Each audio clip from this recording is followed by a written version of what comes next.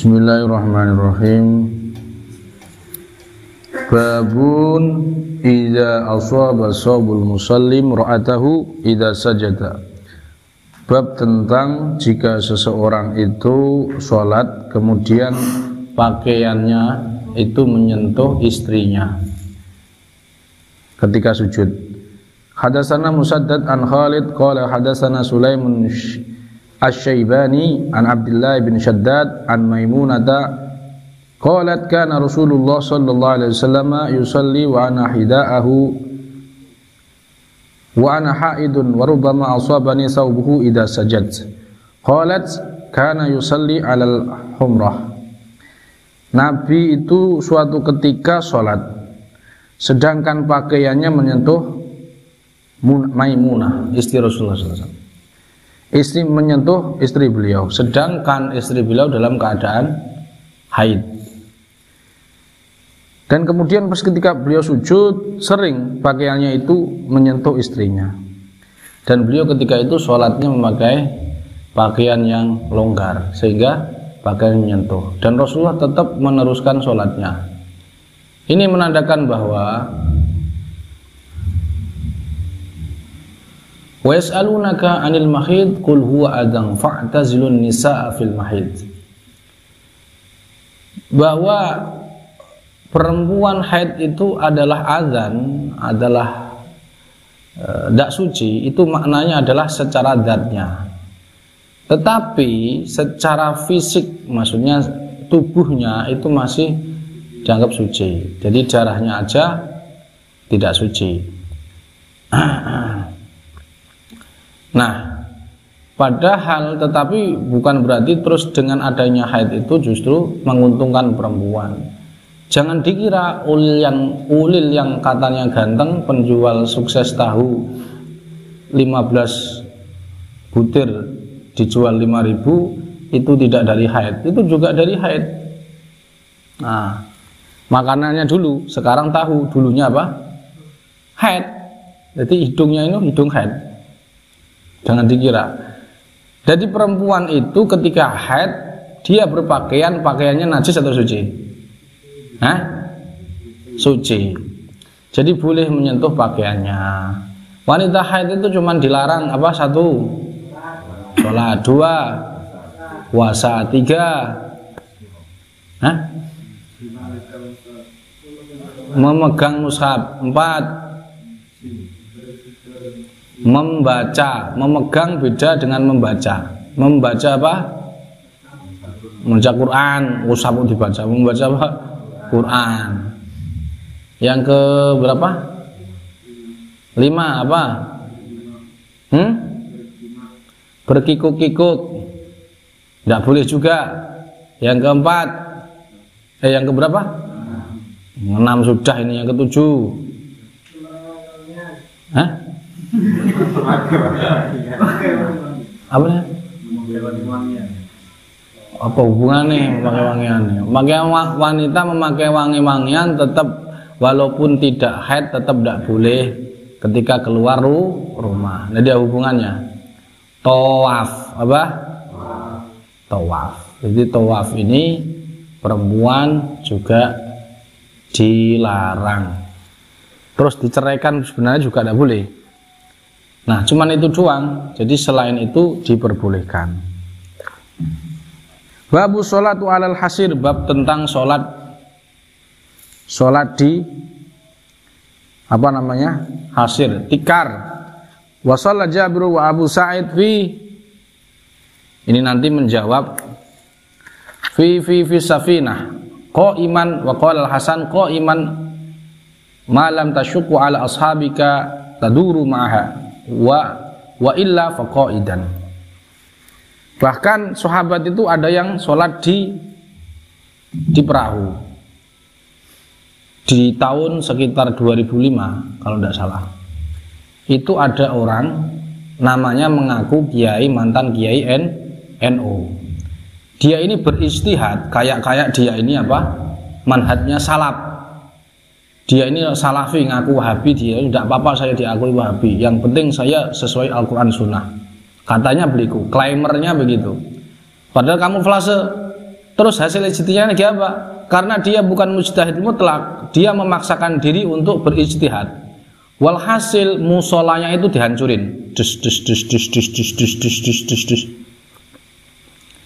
Kemudian tembok-temboknya dihancurin, alatannya bid'ah. Alasnya apa? Bid'ah. Jadi dia sesuai Nabi, sholatnya di atas tanah, bahkan sampai sandalnya ini tidak dilepas. Karena Nabi melakukan demikian, berpegang teguhlah kepada Al-Quran dan usaha. Iya memang betul, tetapi jangan ijtihad sendiri. Kan madhab sudah selesai. Ijtihad boleh, tetapi harus lihat-lihat dong. Bahwa Nabi ternyata kita tahu sendiri hadisnya banyak, betul? Betul apa enggak? Nabi kemarin sholat di mana? Oh, di atas batu juga boleh. Ada di mimbar. Nabi di ranjang. Coba kalau sekarang ada enggak kalian pernah lihat orang sholat di atas mimbar? Nah, ini sholat di atas karpet. Apalagi sholat di atas istrinya, ini yang nggak boleh. Nah, sholat di atas apa? Istrinya yang lega lagi tidur. Hadatsana Abdullah qala akhbarana Malik an Ishaq bin Abdullah bin Abi Talha an Anas bin Malik anna jaddatahu Mulaikah. Anas bin Malik punya nenek namanya siapa? Mulaikah. Namanya siapa? Mulaikah.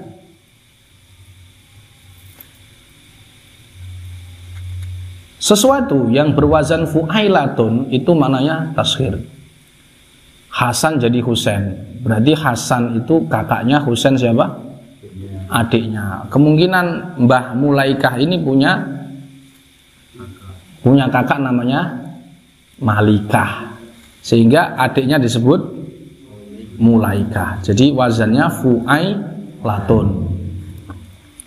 Da'at Rasulullah sallallahu alaihi wa alihi wasallam li ta'amin suna'atsu lah fa'akala minhu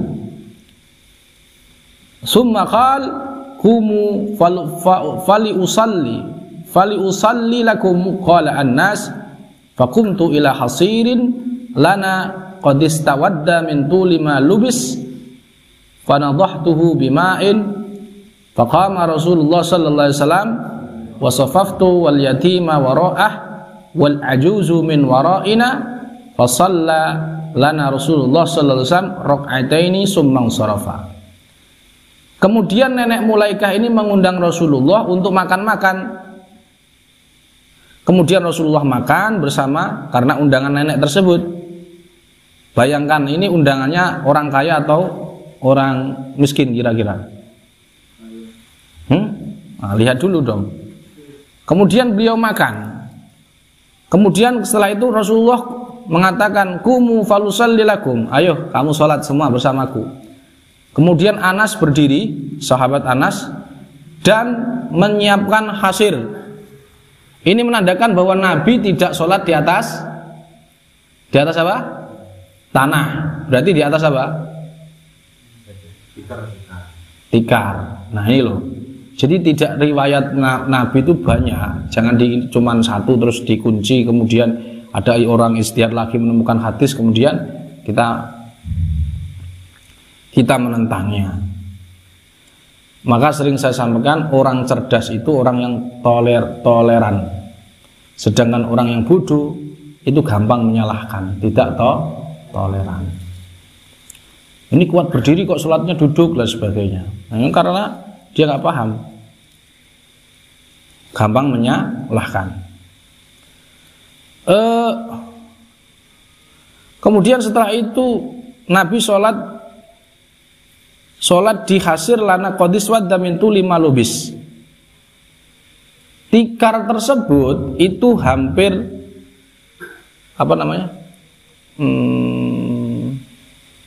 berwarna hitam, saking seringnya digunakan, persis seperti sajadahe Ardi belum nak gosong pas batuk ini lah, tepat di jidatnya gosong. Bila kamu cium begini dek, pingsan. Kalau tidak pingsan minimal nazak sekarat karena bau tahu. Jadi diginikan jidatnya ini pasti apa? Bau. Tikarnya Anas, sahabat Anas. Nah, berarti kamu lihat ini, saking sudah lamanya dipakai, kemudian dipercikan air. Fanadhahtuhu bima'in. Kemudian Rasulullah sholat, kemudian di belakang beliau ada yatim satu dan wasofaftu, dan aku berdiri Anas satu, terus ada anak yatim satu, wal ajuzu min waraina, dan ada orang perempuan yang satu di belakang lagi, yaitu nenek siapa? Mulaikah, neneknya sahabat Anas bin Malik radhiyallahu anhu ardhah. Kemudian setelah itu Rasulullah sholat 2 rakaat, kemudian summang sharaf, kemudian beliau pergi. Perhatikan, kok 2 rakaat, kira-kira sholat apa? Sholat apa? Belum tentu. Nek sholat wajib mesti Nabi di masjid biasanya. Gitu.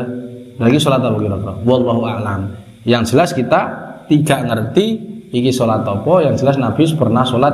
Nah, kemungkinan umpama ada ulama lagi berijtihad sholat sunnah boleh jamaah mergo hadis iki, karena hadisnya boleh-boleh saja, karena ini nggak jelas. Sedangkan di Nabi itu sholatnya jangankan orang biasa, orang buta aja wajib jamaah selama dia dengar apa? Adzan. Zaman Nabi loh. Maka dari itu kita ini belum jelas ini sholat apa. Yang jelas sholatnya di rumah. Dan Nabi itu jarang sholat di rumah, kecuali sholat apa? Sunnah. Nah ini kok jamaah, kan begitu. Nah, kesimpulannya apa? Bahwa sholat di atas tikar, karpet dan lain sebagainya hukumnya boleh dan tidak bid'ah. Sebagaimana dugaan seseorang yang mengira masjid-masjid seluruh Indonesia bahkan dunia itu melakukan bid'ah. Karena mas sholatnya di keramik dan zaman Nabi sholatnya langsung di atas tanah. Nah ini nyimpulkan sendiri tapi kurang tepat. Oleh sebab itu sampean sholat di karpet ini kira-kira sah betul? Sah. Jadi sholatnya sah, sing penting perhatikan baik-baik. Pas batuk, ketika batuk tangan tempoknya 7 anggota. Sujud itu gak nyentuh najis.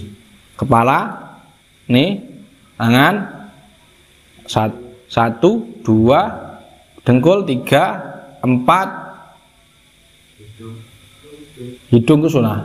Hidung. Nah dihitung 2 berarti kan 1, 2, 3, 4, 5, 6, 7. Nah ini hidung. Ini gak nyentuh najis, gak apa-apa.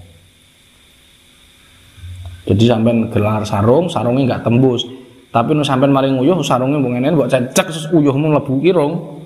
Sah napa, Pak? Sah apa tidak? Ya enggak sah. Oke, jadi sholat boleh saja dimanapun selama tempatnya, selama tidak di kamar mandi, kandang sapi.